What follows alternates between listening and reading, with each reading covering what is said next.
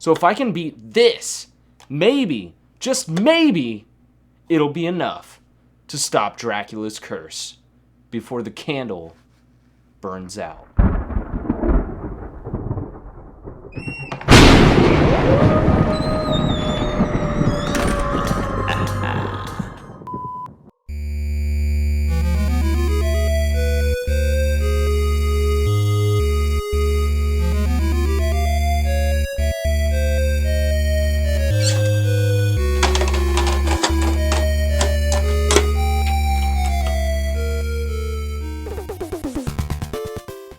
Castlevania 3 Dracula's Curse is one of the greatest NES games of all time. Rather than continuing where they left off with Simon's Quest, Konami knew it was time to go back to their roots and abandon the role-playing action-adventure elements from the previous game. I understand that they were trying to do something different and innovative with Castlevania 2, which is a game I have a lot of fondness for, but as the saying goes, if it's not broken, don't fix it. So with Castlevania 3, they went back to the platforming style of the first game. But what makes it even better is that there's forking paths that allow you to choose which levels you want to play, ultimately making the game easier or harder. This gave the game more of a non-linear style, so it's like they combined elements of both previous games, sort of.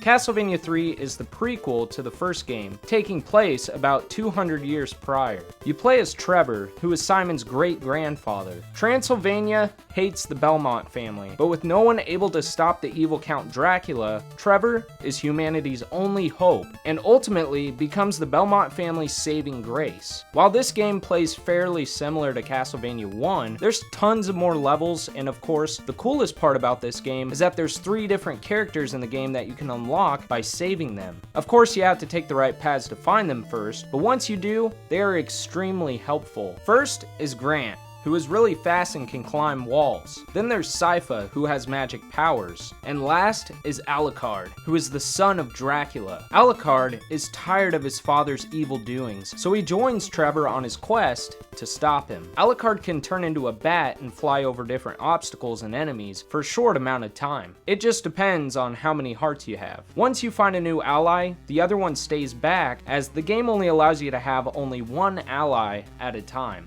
I absolutely love this game. The ability to choose between different characters and forking paths really set the stage for future games to come, like the amazing Bloodstained Curse of the Moon series. Now with that being said though, this is the hardest of the original 3 Castlevania games, and quite frankly, I'm running out of time. So I'm using a cheat code that gives you 10 lives and starts you off on the last level with Alucard. Call it cheating, I really don't care, as long as Dracula doesn't find out. So when you select password, you enter help me as your name, and then you have to put these icons in a specific order. This will be your stress reliever if you just can't get through this game. Even with it, this game is tough. Alright, so I made it to Dracula, but he has 3 forms, and that candle's gonna burn out any second now, so I gotta make this quick. I only get 1 shot.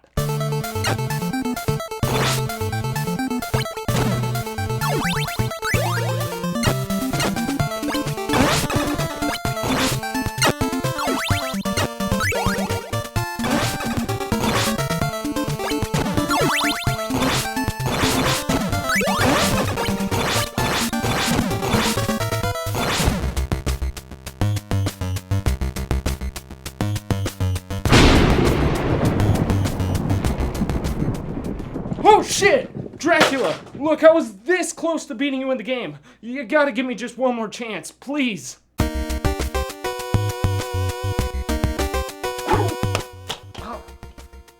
What is this? Castlevania 3 for the PC? What? When did this come out? And why does the spine just say Dracula's Curse? And on the back it says Castlevania 3 Revitalized Dracula's Curse. Hey, wait a minute, Dracula, what is... Dracula?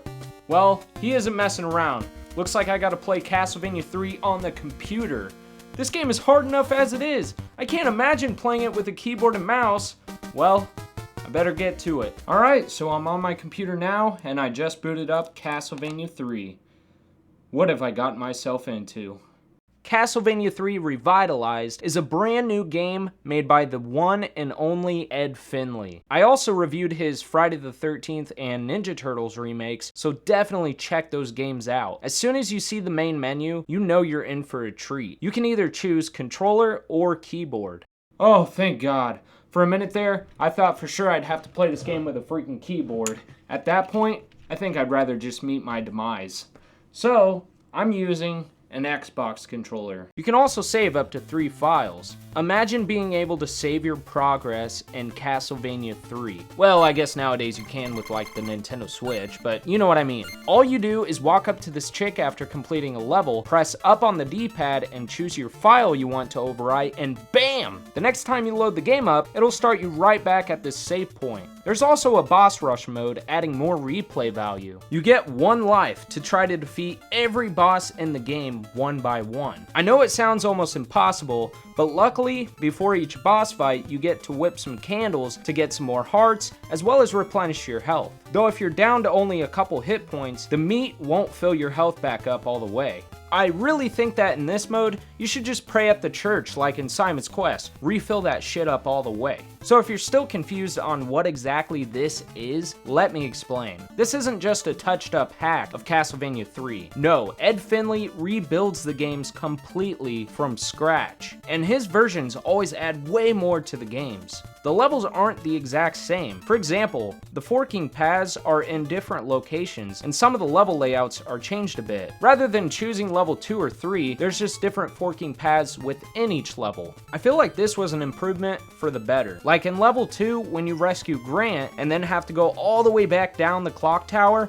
No. In this, after you save Grant, it's time for level 3. Good choice. As you can see, the game looks fantastic. 60 frames per second, full screen, pixel perfect, and the controls are really smooth. Like, smoother than in the original. You have free roam to move around while you're in the air, which helps a lot for some of the more frustrating parts. The sprites and animations are stunning. I like how when you whip the snake statues or whatever, they break into pieces. Or how some stuff is in the foreground, blocking what you see. Even the sound effects are better. And speaking of the sound, you can also choose to play with either the NES or Famicom soundtrack. Nice touch. And remember how I mentioned that in the original Castlevania 3, you can only have 1 ally at a time? Well, not anymore. Now you can have all 4 characters at once. You just use the R and L buttons to switch your character on the fly. For the most part, they play the exact same as in the original, but Grant definitely has a nice rework. Rather than climbing walls, he now has a double jump. Honestly, I think I like that more than his wall climbing. The only problem with this is if you want to switch from Alucard to Trevor or vice versa, you have to cycle all the way back through the characters until you get to Trevor. I think it should be to where if you hit the R button on Alucard, it just goes back to Trevor. One feature I really do like is that all of the candles that have weapons in them are blue. I thought this was a genius idea, so that way you don't whip a candle and accidentally change your weapon for something you don't want. Anyone who's played Castlevania knows that that's a problem. Another great thing about this is that it's not the exact same game, just redone in HD. Not all of the levels are the exact same or in the same order. The levels are even named now, which is cool. And let's talk about the bosses. The bosses are amazing. Many are from the original, but there's even some additional bosses that Ed added in just for fun. I seriously can't believe how Ed was able to make this better than the original. I mean, redoing a good game like Castlevania 3, those are some pretty big shoes to fill. This game is perfect. I have absolutely nothing bad to say about it. Okay, maybe I should talk about some of the things I don't like about it. Again, this game is great. It feels and looks so much better than the original, and being able to have up to all 4 characters is awesome. With that being said, the biggest problem with this game is the save feature. Not that it doesn't work, but that it works a little too well. Let me explain. If you complete a level on your last life and save, when you start the next level, if you get a game over, there is no continue option. You can either start the game all over or load your previous file. Now, what's bad about this is that if you load your previous file and you only had 1 life when you saved, you are fucked and have to start the level again with only 1 life. Remember how in the original, when you get a game over, you would start at the beginning of the level with all 3 lives? I honestly thought that having a save feature would improve the difficulty, but no, it makes it even harder. Imagine making it to the last level on 1 life and saving your progress. Anytime you get a game over and reload your file with only 1 life, you're pretty much screwed. What's the point of even having a save feature then? I mean, I can understand what Ed was going for here. You have to practice to get better at the levels to make it through them without dying. But come on, this is Castlevania 3 we're talking about here. Yeah, it's cool that you can quit the game and come back where you left off, but not when you come back to 1 life. Seriously, I'd much rather just have a continue option like in the original. My advice, save your progress after each level, and any time you die, just quit the game. Reload your save file so that way you have all your lives and items and you can try again. So, which also makes the checkpoints rather pointless. Castlevania 3 is such a great game. The only problem with it is that it's just too hard. So I think if you're gonna remake it, the main focus should be balancing the difficulty. Now I'm not saying make it as easy as fucking Sesame Street, but my god. I mean, you know it's a problem when, oh come on, that was cheap. Now I have to reload the game and start the level over again with 1 freaking life. At this point, I might as well just start the whole game over again. Some of the enemies are ridiculous, like these knives with the axes. There's quite a few areas in the game where there's too many enemies and not enough health. Some of the different paths in the game reward you since they are more difficult, like with this guy that gives you a free item. Now, this is a good idea, but eventually it leads to the same place regardless of which path you choose. I realize that a lot of the extra lives and health are supposed to be hard to find, but I think a lot of the times they are too few and far between. Oh, and just wait until you see these boss battles. I recommend using Sypha's firepower on most of the bosses, if not all of them, as it's highly effective. Now, with all this nitpicking, I have to admit, it's safe to say that this is Ed's best work so far. The game is very lengthy, in fact, 14 levels. Ed really enjoys putting in extra boss fights too. It'll be a challenge. You'll be rewarded with a satisfying Castlevania ending and even more replay value. Each time you complete the game, you can unlock a cheat code. Well, anyways, Castlevania 3 Dracula's Curse Revitalized, it's officially out now. So if you want your gaming skills tested, I'd recommend it. But all that really matters is that Dracula can now return to rest. For now. And hopefully, he never bothers me again. That blood-sucking... Oh! Hey, Dracula. I wasn't talking about you. Look, I beat the game. I finished it.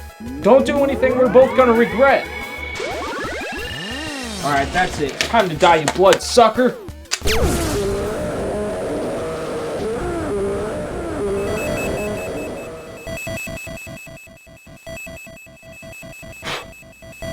Really? Do I have to get the orb?